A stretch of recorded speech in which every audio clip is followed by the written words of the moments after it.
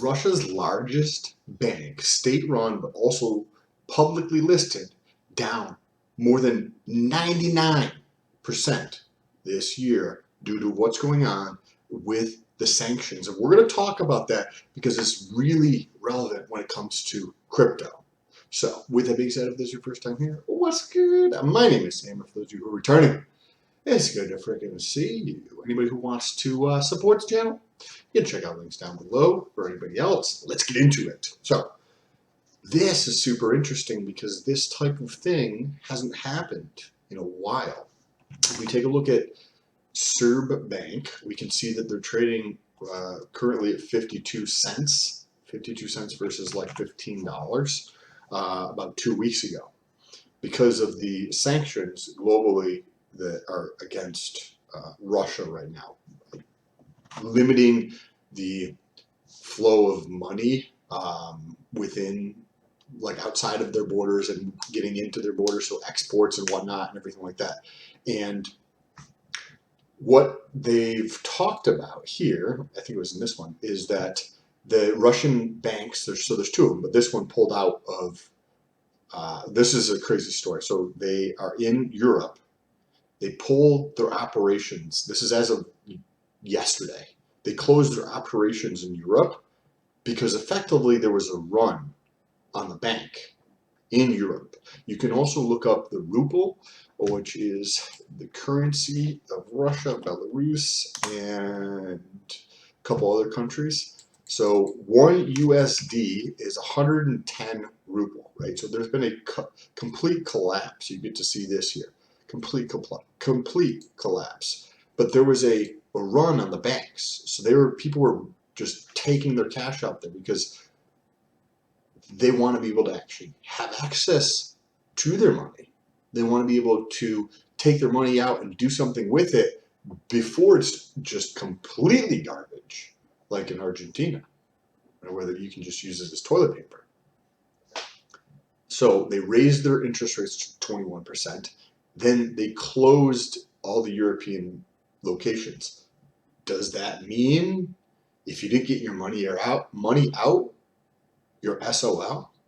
Right? Because if Russian banks don't have access to the SWIFT system, which is just like the system that allows banks to transfer money back and forth, if you don't have access to, there's about 11,000 members. There's about 11,000 member banks to the SWIFT system.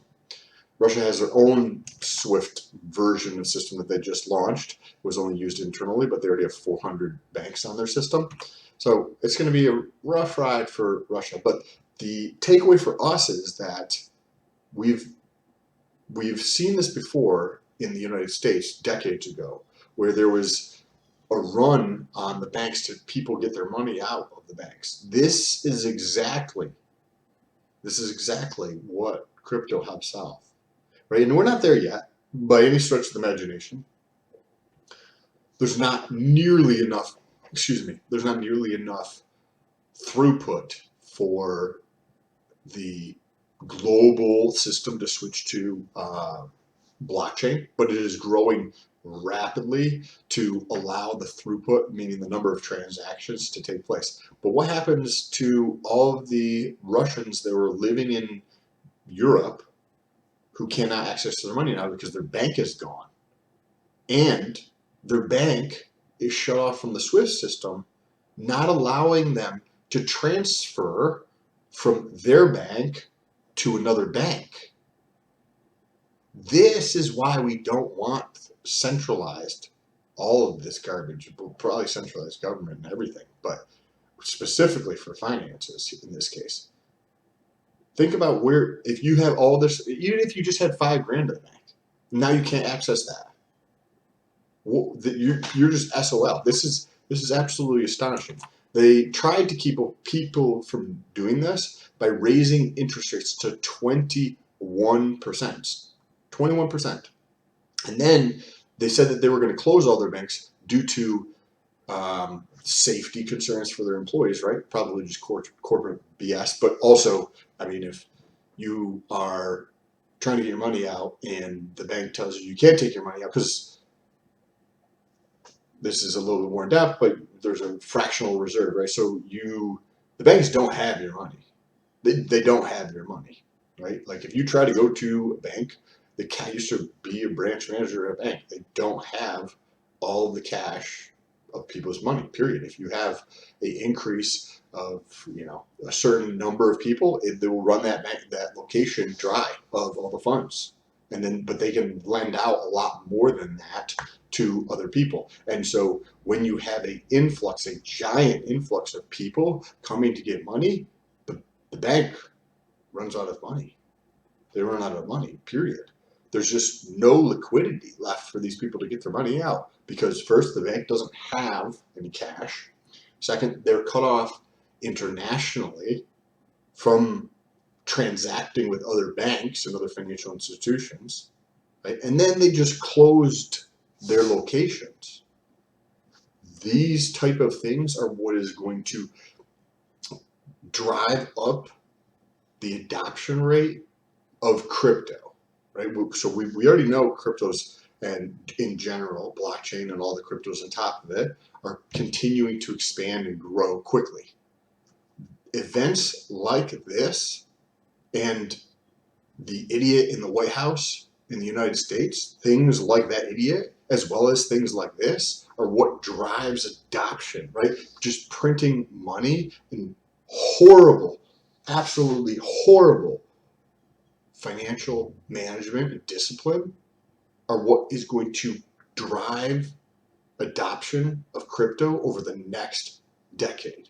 We're about to see the most massive change to in our global environment for the financial system over the next decade, as well as like EVs. If you're paying attention to what is happening with EVs, EVs are sort of coming on hard, right? So you have ICE engine vehicles and then you have EVs. They're switching to EVs. You also have dumb vehicles and then smart vehicles, right? So an EV is an electric vehicle, but it's also a smart vehicle. Well, some of them, Tesla would be like a smart vehicle, right? Not all of them are smart. So you have the shift from ICE engine to electric vehicles and then from dumb cars to smart cars. Think of flip phones to smartphones. The capability shift. We are going to have the most spectacular amount of change the world has ever seen over the next decade as these things start to play out and crypto continues to vacuum out the money from the legacy world of finance. I would love to hear what your thoughts are in the comments. If you found this video helpful, share with somebody else. The last thing I wanted to mention is this is not just banking, right? So say you have $5,000 in the bank, but then you also have $150,000 in the stock exchange.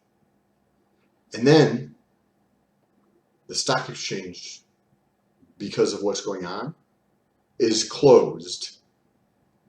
There's one of the main stock exchanges in Russia closed for the last 3 days. There was another one, I believe, that's been closed for 5 days. So think about this. You've got money in the bank. Boom, can't access it, period. Will you ever be able to access it? I don't know.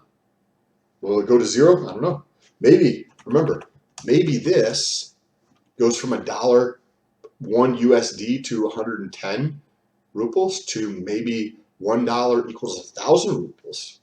You don't know. We don't know. And this is out of your hands. But when you dive into DeFi, you get control of this. Nobody else has control over your money. Nobody else has access to your money. If you're intelligent, like if you take security and responsibility for your money serious, then you have 100% control over it. Nobody else does it. And that's where you get decentralized exchanges. So when you have an exchange where you have all this money sitting there and things like this happen, you don't have any access to your money. However, when you get into blockchain, crypto, you can go to decentralized exchanges. So, cool, this exchange is down. Dude, what do you freaking do? Now you just go to a DeFi exchange. I'm sorry, a decentralized exchange, right? DEX, and you can exchange it there. Or there's plenty of those out there. So there's tons of them where you can go through and just exchange whatever it is you want for something else in currency in the crypto world. And they're not going to stop that. This is going to be the catalyst. Mark my words. You can bookmark this video and check back with me in 2 years, and you're going to be like, holy fuck, the amount of change that has happened is right at point. And remember, pay attention to the energy sector, because that's coming too. That is coming too, right? We already know cars, right? EVs to ICE, dumb cars to smart cars. Batteries are going to take over all things related to energy, because it's just a better way of fucking doing things. These are going to be some massive shifts over the next decade. Appreciate you guys. Don't take a second to share. Take a second, share this with somebody else. If you want to say hi, check out my stuff on Twitter. You can say hi on Twitter or on Instagram if you like stuff related to fitness. If you like the chemistry and biohacking world related to fitness, you can check out my YouTube channel. There should be a link up here on the screen. You can click over there. Appreciate you guys. Talk to you soon.